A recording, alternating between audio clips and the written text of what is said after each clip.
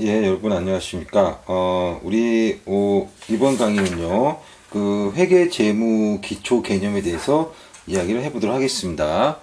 우리 교재는 어디부터 보시면 되냐면요, 이제 86페이지부터 이제 보도록 하겠습니다. 86페이지를 보니까 그 재무제표가 나오죠. 예, 그래서 그 재무제표를 보시면 재무제표 종류에 대해서 좀 알아두시면 되겠습니다. 재무제표의 종류는 그 재무상태표가 있고요. 그 뭐 재무상태표는 바로 기업의 재무상태를 나타내는 거라고 보시면 되겠습니다. 그래서 우리 재무상태표 같은 경우는 차변에 이제 그 자산이 들어가고요. 그 다음에 이제 대변에는 부채하고 이제 자본이 들어가게 될 겁니다.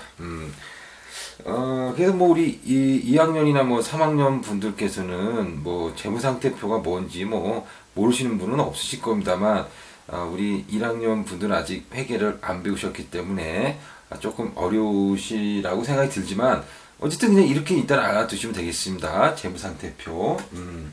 자, 그러면 예를 들면 이런 겁니다. 예를 들어서 우리가 자산이라고 하는 것은요, 결국은 부채하고 자본을 더한 거죠.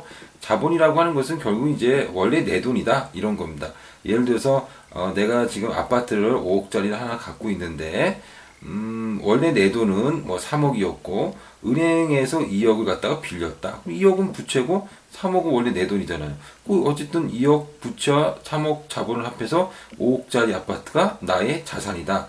이렇게 보시면 되겠습니다. 그래서 결국은 자산은 부채 더하기 자본입니다. 그래서 왼쪽에 있는 것을 우리는 차변이라고 하고요. 그 다음에 이제 오른쪽에 있는 것은 이제 대변이라고 하는데, 차변 합계와 대변 합계는 같다 이렇게 보시면 되겠습니다. 같다. 그래서 결국은 자산은 부채 더하기 자본이다 라고 보시면 되겠습니다. 그 다음 이제 손익계산서입니다. 손익계산서. 그래서 손익계산서는 뒤에 우리가 좀 써보겠는데, 그거 갖다 이제 뒤에 나오는데 거기서 이제 한번 써보도록 하겠습니다.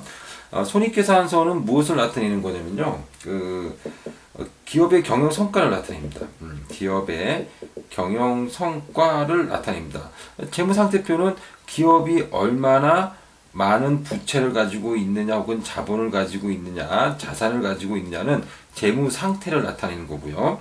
그 다음에 손익계산서는 기업이 영업활동을 통해서 혹은 재무활동을 통해 가지고 얼마나 많은 성과를 올렸느냐, 어떻게 보면 얼마나 많은 이익을 냈느냐, 그래서 기업 활동을 통해서 그런 거라고 보시면 되겠죠. 그래서 우리 가게라고 본다면 가게 안에서도 우리 집 안에서도 자산이 얼마고 부채가 얼마고 이런 거 우리는 재무 상태라고 하고요. 그 다음에 우리가 일을 해가지고 이제 벌어들이는 돈들이 있겠죠. 그거 갖다 우리는 경영 성과라고 보시면 되겠습니다. 자, 그 다음에 이제 자본 변동표입니다. 자본 변동표는 이제 말 그대로 자본이 변동하는 것을 나타내는 거라고 보시면 되겠습니다. 그래서 이제 그 자본 같은 경우는 이제 자기 자본을 말하는 거죠. 자기 자본. 그래서 자기 자본, 그래서 여기는 자본입니다. 그래서 뭐 주식을 발행한다든가, 뭐 배당을 어떻게 준다든가, 뭐 이런 것들을 나타내는 게 바로 이제 자본 변동표라고 보시면 되겠습니다. 자, 그 다음에 또 이제 현금 흐름표입니다. 현금 흐름표. 그래서 현금 흐름표도 뒤에 가서 이제 설명이 되어집니다. 뒤에 또 나오거든요. 예, 그래서 그때 가서 또 설명을 드리도록 하겠습니다. 그 다음에 이제 이거 재무상태표, 손익계산서, 자본 변동표, 현금 흐름표 말고 이제 주석이라고 하는 것도 이제 재무제표의 하나의 종류다라고 보시면 되겠습니다. 자, 그리고 이제 그 86페이지 보니까요, 1. 재무상태표가 나오죠. 그래서 지금 방금 전에 설명드린 거니까 간단하게 같이 읽어보시면 되겠습니다. 재무상태표, 일정 시점의 재무상태, 즉 자산, 부채 및 자본의 구성 상태를 나타내는 재무제표입니다. 대차 대조표라고도 하는데, 이제 그 국제회계 기준에 의해 가지고 대차 대조표가 재무상태표로 이름이 바뀌었습니다. 거기 이제 87페이지 그 맨 위에 있는 박스를 보시면요, 회계 등식이 나오죠. 자산은 부채 더하기 자본입니다. 그래서 방금 전에 이거 설명을 드렸고요. 여기서 거기서 보시면 이제 자산은 기업의 자원이고 부채는 채권자 지분이고 자본은 소유주 지분인데요. 이렇게 보시면 되겠습니다. 그래서 이제 그 재무상태표의 그 오른쪽을 우리는 대변이라고 하거든요. 오른쪽을 갖다가 오른쪽은 무엇을 나타내냐면요. 기업이 기업 활동을 하기 위해서는 필요한 자금을 조달해야 되지 않습니까? 그래서 어디에서 자금을 조달했는지를 나타내는 것이 바로 대변입니다. 어디에서 자금 조달하겠습니까? 크게는 이제 뭐 빌려오든지 아니면은 채권 발행하든지 아니면 주식 발행하겠죠. 근데 이제 차입한다거나 뭐 채권을 발행하는 것은 결국은 남한테서 빌리는 거니까 이것을 우리는 타인 자본이라고 합니다. 타인 자본. 그래서 타인 자본이 결국은 부채죠. 예, 부채. 근데 주식을 발행하는 것은 자기 자본이라고 합니다.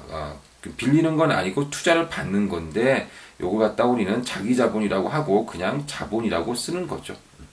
자, 그래서 부채는 돈을 빌려왔으니까 바로 이 부채에 대해서는 누가 권리를 가지고 있냐면 채권자가 권리를 가지고 있겠죠. 그래서 이제 채권자 지분이라고 할 수가 있겠고요. 그 다음에 자본이라고 하는 것은요, 주식을 가지고 있는 사람, 주식을 소유하고 있는 사람, 주식을 소유하고 있는 사람이 누굽니까? 주주죠, 주주. 예, 주주입니다. 예. 결국은 주주가 기업을 소유하고 있다. 기업을 가지고 있다. 기업의 주인이다. 이렇게 보시면 됩니다. 그래서 이 자기 자본을 소유주 지분이라고 보시면 되겠습니다.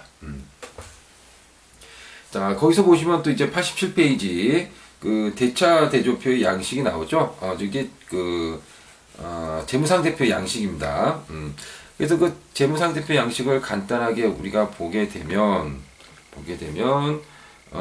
차변과 대변으로 나눠지죠. 그래서 차변은 바로 이제 이쪽 부분, 왼쪽 부분을 우리는 차변이라고 하고, 오른쪽 부분은 이제 우리가 대변이라고 하겠습니다. 그 다음에 이제 이쪽은 이제 자산이 쓰여지는데, 자산은 크게 나누면요, 유동자산이 있고요. 그 다음에 이제 비유동자산이 있습니다. 뭐 고정자산이라고도 하는데, 그 국제회계 기준에 의해 가지고 고정자산이라고 하기보다는 요새는 이제 비유동자산이라고 이야기를 많이 합니다. 그 유동자산이라고 하는 것은 뭐냐면요, 1년 이내에 현금화가 가능한 자산들입니다. 예를 들어서 뭐 금융자산 같은 거는 단기 금융자산 같은 거는 1년 이내에 현금화가 가능하잖아요. 그런 거 이제 유동자산이라고 보시면 되겠죠. 그 다음에 이제 비유동자산, 혹은 이제 고정자산이라고도 하는데요. 이 비유동자산 같은 경우는 예를 들어서 뭐 공장이라든가 기계장치, 건물, 이런 것들은 1년 이내 현금화가 좀 어렵죠. 예, 그래서 비유동자산이라고 합니다. 물론 뭐 건물은 뭐 한 달 안에 팔 수도 있습니다. 그래서 현금화가 될 수도 있겠지만, 일반적으로 보면 이제 금방 현금화가 어렵다, 이렇게 보시는 거죠. 자, 그래서 그 우리가 그 유동자산에는 또 뭐 여러 가지가 있겠지만, 유동자산에는 당좌자산도 있고 거기 뭐 재고자산도 있고 그렇죠. 비유동자산에는 뭐 투자자산, 유형자산, 무형자산이 있는데, 어쨌든 그 이런 어떤 그 회계 항목을 갖다 쓸 때는요, 차례대로 유동성이 빠른 순서대로 쓴다라고 보시면 되겠습니다. 유동성이 빠른 순서대로 이렇게 쓰게 됩니다. 그래서 당좌자산, 재고자산, 그 다음에 이제 비유동자산 중에서 투자, 유형, 무형 뭐 이런 식으로 우리가 써주시면 되겠습니다. 그 다음에 이제 부채와 자본인데요. 우리가 이제 그 부채는 어떤 것들이 있냐면요, 유동부채가 있고요. 그 다음에 이제 고정부채, 이제 비유동부채죠. 이제 고정부채가 그 유동부채라고 하는 것은요, 1년 이내에 갚아야 될 부채고요. 비유동부채는 만기가 1년 이상인, 1년 이상 그러니까 갚아야 될 시기가 1년 이상 남은 거라고 보시면 되겠습니다. 그 다음에 자본에는 자본금이 있고요. 그 다음에 이제 자본잉여금이 있고요. 그 다음에 이익잉여금이 있습니다. 그래서 요거에 대해서 자세히 설명을 하면 조금 시간이 걸리고, 또 그날 강의에 뭐 그렇게 설명을 안 했으니까 그냥 뭐 이런 게 있구나, 이게 이제 자본이구나, 자본 항목에 있는 항목들이구나 라고 이렇게 보시면 되겠습니다. 자, 그 다음에 이제 책을 넘기셔 가지고요, 우리 손익계산서를 보도록 하겠습니다. 여러분들 손익계산서는 어떤 것을 나타내는 재무제표입니까? 바로 기업의 경영 성과에 대해서 나타내는 재무제표입니다. 자, 그래서 손익계산서 한번 읽어볼까요? 일정 기간 동안 기업의 성과에 관한 정보를 제공해주는 재무보고서입니다. 기업의 성과. 자, 그래서 이제 손익계산서에 대해서 89페이지를 한번 볼게요. 손익계산서에 대해서 우리가 좀 이렇게 쭉 한번 써볼 수 있어야 될 것 같습니다. 그거를 같이 한번 써보도록 하겠습니다. 일단 먼저 매출액을 쓰겠죠. 이제 매출액이라는 건 별거 없습니다. 내가 만약에 뭐 100원짜리 물건을 10개 팔았다. 그럼 매출액이 바로 1,000원인 거죠. 뭐. 매출액이 1,000원입니다. 근데 매출액이 1,000원이 났다라고 한다면 이 돈이 다 내 돈입니까? 아니죠. 이 중에서 내가 매출액을 올리기 위해서 썼던 매출 원가를 빼줘야 되겠죠. 그래서 만약에 원가가 만약에 한 60원 정도 들어갔다 한 개당, 그러면 총 매출 원가는 600원이 될 겁니다. 그러면 1,000원에서 600원을 빼줘야 되겠죠. 그러면 1,000원에서 600원 빼주게 되면 얼마가 나옵니까? 400원이 나오겠죠. 이 400원이 뭐냐면 바로 매출 총이익이라고 하는 겁니다. 매출 총이익. 자, 그럼 매출 총이익이 다 내 돈이냐? 그건 아니죠. 이런 어떤 그 매출을 올리기 위해서 내가 영업 활동을 하면서 쓴 돈들이 있을 겁니다. 뭐 전기세도 내고, 수도세도 내고, 임금도 주고, 뭐 이런 것들. 그걸 갖다 우리는 이제 판관비라고 하는데요. 매출 총이익에서 판관비, 판매 및 관리비를 빼줘야 되겠죠. 그래서 만약에 판관비가 뭐 예를 들어서 뭐, 200원이라고 합시다. 200원. 그러면 이제 200원이 남는데, 그게 바로 뭐라고 볼 수가 있냐면 영업이익이라고 보시면 되겠습니다. 영업이익. 자, 그래서 여기서 이제 영업이익인데 이 영업이익이 뭐냐면요. 바로 기업의 본연의 활동에 의해서 얻은 이익이라고 보시면 되겠죠. 그래서 굉장히 중요한 이익이라고 보시면 되겠습니다. 그래서 영업이익이 증가했다라는 것은 이 기업이 바로 이 기업 본연의 활동에 의해서 얻은 이익이구나 라고 보시면 됩니다. 예를 들어서 철강 회사라면 철강을 팔아서 이제 얻은 이익이라는 거고요. 그 다음에 만약에 반도체 회사라면 반도체를 팔아서 얻은 이익이라는 뜻입니다. 우리가 이제 이익을 보게 되면 꼭 자기가 원래 하는 일에 의해 가지고 얻은 이익도 있지만 뭐 다른 쪽에서 얻은 이익도 있을 거 아닙니까? 뭐 땅을 팔았다. 주식을 팔았다. 뭐 이런 것들도 이제 다 이익이 들어가잖아요. 그쵸? 자, 그래서 영업이익이 이제 이런 내용이고요. 근데 영업이익이 이제 200원이 나왔는데 그럼 200원이 다 나의 돈이냐? 그건 아니라고 볼 수가 있겠습니다. 영업이익에서 영업의 수익을 더해 주는 거고요. 그 다음에 영업의 비용을 빼줘야 되겠죠. 영업의 수익 중에서 아주 대표적인 게 이제 이자 수익이겠죠. 그래서 뭐 이자 수익이 100원 났다. 영업의 비용 중에서 가장 대표적인 게 바로 이자 비용입니다. 그래서 이자 비용이 100원이 들어갔다라고 한다면 이제 200원이 나올 텐데 이 200원이 뭐냐면은 바로 법인세 차감 전 순이익입니다. 법인세를 내기 전에 순이익이다라는 겁니다. 그럼 어쨌든 법인세를 내야 되겠네요. 그럼 법인세는 어떤 것을 기준으로 법인세를 계산하냐? 바로 이 법인세 차감전 순이익을 기준으로 계산을 하겠죠. 그래서 만약에 법인세 비용이 법인세율이 만약에 50%라고 한다면 200원에서 50%를 곱하면 되겠죠. 그러면 이제 100원이 바로 세금이 되는데 바로 이제 법인세를 차감해 주도록 하겠습니다. 자, 빼주게 되면 200에서 100 빼면 100이 나옵니다. 이 100이 뭡니까? 바로 단기 순이익이라고 보시면 되겠습니다. 자, 그러면 단기 순이익이 나왔으면 이 돈을 다 주주가 갖느냐? 뭐 그건 아니겠죠. 주주가 갖는 돈은 이제 배당인데 이익이 났다고 해서 주주에게 다 주기보다는 일부 돈은 이제 주주에게 배당의 형태로 나가고 그 다음에 일부는 내부 유보를 시킨다는 겁니다. 내부. 그 기업 내부에 장차 어떤 투자 활동을 위해서, 연구 활동을 위해서 쓰기 위해서 내부 유보를 시킨다라는 거죠.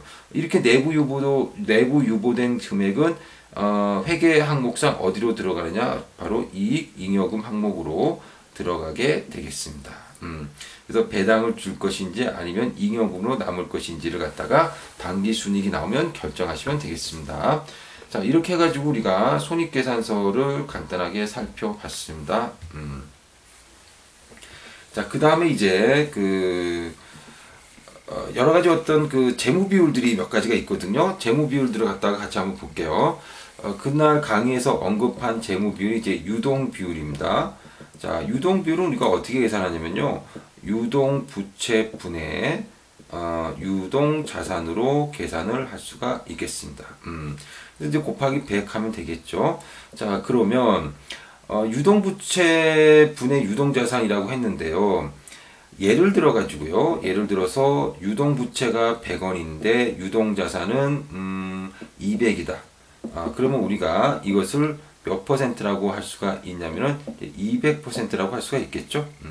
자, 이것과 그 다음에 A라는 기업은 이렇게 200%인데 B라는 기업은 유동 부채가 100원인데 유동 자산은 400원이다. 그렇다면 400%가 되겠죠. 자, 어떤 게 유동 비율이 더 큽니까? 바로 B라는 회사가 더 유동 비율이 크겠습니다. 자, 그러면 B라는 회사가 유동 비율이 크다는 이야기인데 그 어떤 의미가 있느냐? 유동 부채가 100원인데 유동 부채란 1년 이내에 갚아야 되는 부채잖아요. 근데 이렇게 1년 이내에 갚아야 되는 부채를 유동 자산 가지고 갚겠죠. 1년 이내에 현금화가 가능한 자산이니까. 근데 A는 100원을 갚을 수는 있겠지만 조금 불안하고, 하지만 B는 넉넉하게 갚을 수 있잖아요. 어떤 기업이 유동성이 더 크겠습니까? 바로 B라는 기업이 유동성이 더 큰 겁니다. 예. 그래서 유동 비율이 클수록 유동성이 크다. 유동성이 크다라는 것은 기업이 현금화 정도가 크다는 거고, 기업이 어떤 부채의 만기가 돌아오거나 혹은 어떤 투자를 해야 될 어떤 상황이거나 했을 때 쉽게 현금을 확보할 수 있다, 이렇게 보시면 되겠습니다. 그래서 유동 비율이 크면 좋은 거겠죠. 자, 그 다음에 이제 우리가 부채 비율 한번 보도록 하겠습니다. 부채 비율. 자, 부채 비율은 자기 자본분의 타인 자본입니다. 자기 자본분의 그 다음에 이제 타인 자본입니다. 그러면 이걸 어떻게 구하느냐? 여러분들 페이지 88페이지 보시게 되면 위에 보면 재무상태표가 나오죠. 거기서 일단 자기 자본이 얼마입니까? 자기 자본이 2003년도에 9,430원입니다. 예. 9,430원. 우리가 2014년도인데 2003년이라고 되어 있네요. 예. 옛날 자료를 갖다가 쓰신 것 같습니다. 그러니까 아까부터 재무상태표라고 이름을 바꿨어야 되는데 대차대조표라고 계속 나오더라고요. 예. 자, 뭐 그럴 수도 있죠. 뭐. 예. 자, 그러면 어쨌든 9,430원이고요. 그 다음에 타인 자본은 얼마입니까? 타인 자본은 암만 찾아봐도 없는데요 라고 하지 마시고, 부채가 바로 타인 자본입니다. 그래서 부채가 이제 8,337 이렇게 되겠습니다. 그래서 여기다 이제 곱하기 100 하시면 계산하면 이제 부채 비율이 나오겠죠. 예. 그래서 이제 부채 비율이라고 하는 것은 자기 자본 대비해서 얼마나 많은 타인 자본이 있느냐라는 겁니다. 자기 자본이 100원 있는데 타인 자본이 200원이 있다. 그러면 바로 부채 비율은 200%가 되겠죠. 만약에 자기 자본이 100원 있는데 타인 자본이 400원이 있다. 그러면 타인 자본은 400%가 되겠죠. 부채 비율은 400%가 되겠죠. 자, 그럼 부채 비율이 높으면 높을수록 바로 자기 자본 대비해서 타인 자본이 많다는 뜻입니다. 타인 자본이 많다는 이야기는 그만큼 갚아야 될 돈이 많다는 거겠죠. 그래서 부채 비율이 너무 급격하게 많아지는 거, 늘어나는 거, 너무 높은 것은 그다지 바람직하지 않겠습니다. 그 다음에 이제 영업이익률입니다. 영업이익률.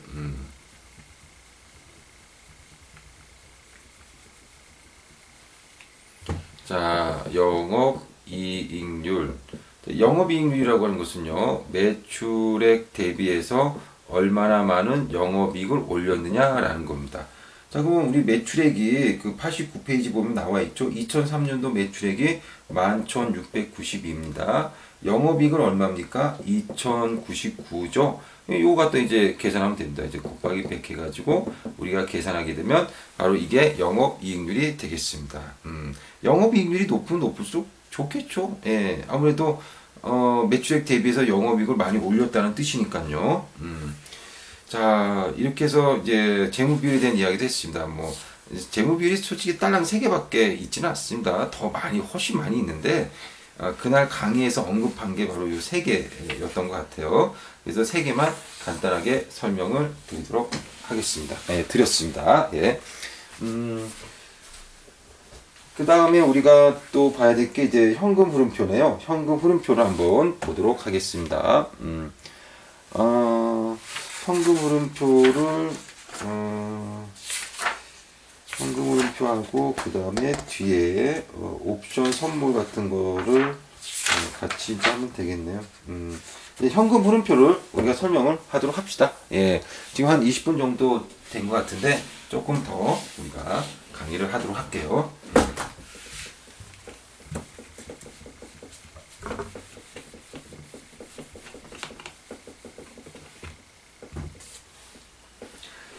자,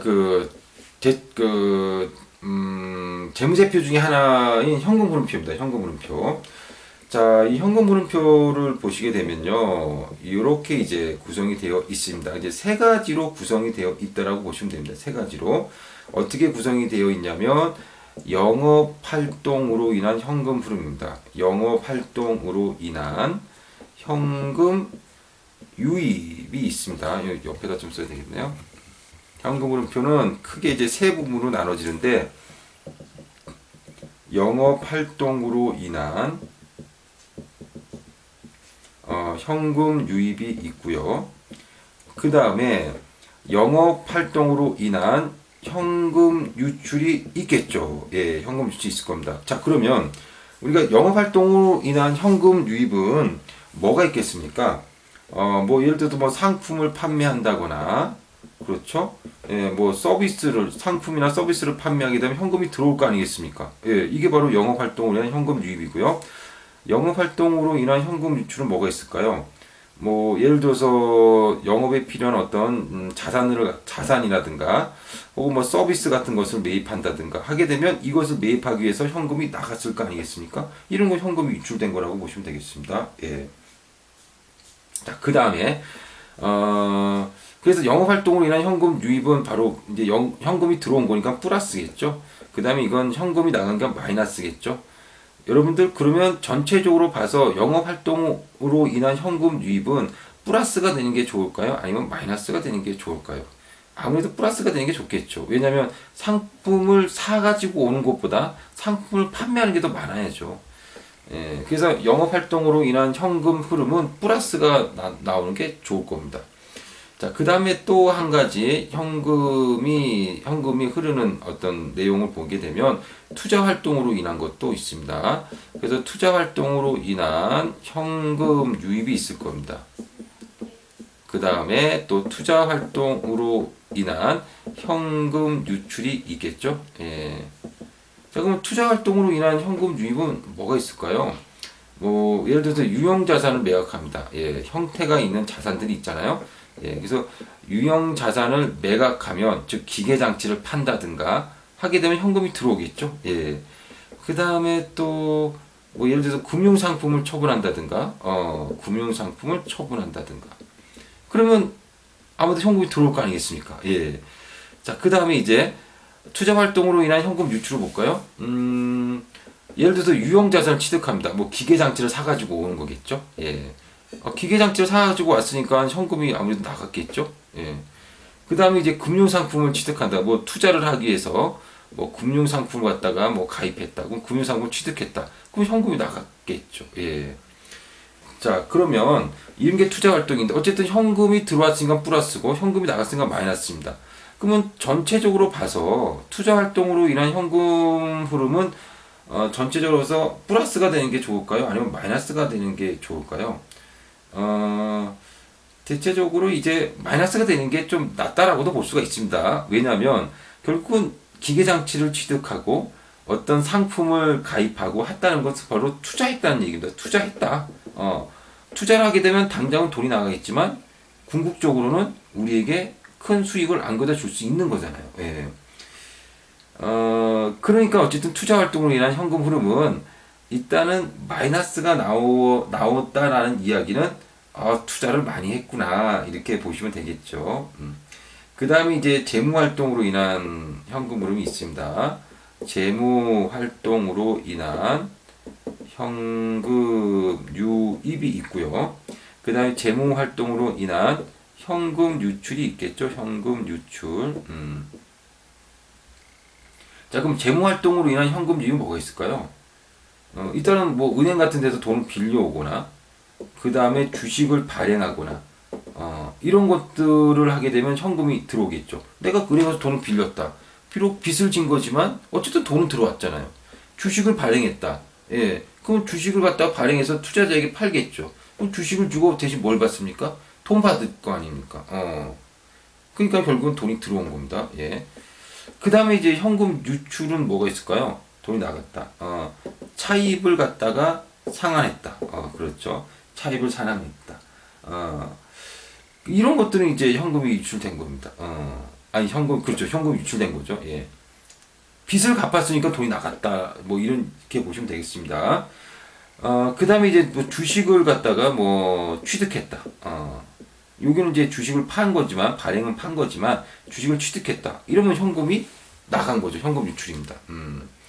자, 그러면, 우리 재무활동으로 인한 현금 유입과 현금 유출이 있는데, 그럼 재무활동으로 인한 현금 흐름은 전반적으로 플러스가 돼야 좋을까요? 아니면 마이너스가 돼야 좋을까요? 아무래도 마이너스가 되는 게 좀 낫겠죠? 왜냐면, 돈을 빌려오면 빚이 늘어나는 거지만, 돈을 갚았다는 얘기입니다. 돈을 갚았으니까 이제 현금이 나간 거고, 빌려온 것보다 더 많이 갚으면 마이너스가 되는 거죠. 예. 빚을 갚고 부채를 줄이는 것은 바람직한 일이니까 마이너스가 되는 게 좀 나올 수 있습니다. 예. 자, 그래서 여기서 보시면 이제 그 차입을 하거나 주식을 발행하거나 하면 플러스의 현금 흐름이지만 차입을 갖다가 이제 상환하면 마이너스의 현금 흐름이라고 보시면 되고요. 전체적으로 마이너스가 되는 것이 좀 더 긍정적이다. 이렇게 보시면 되겠습니다.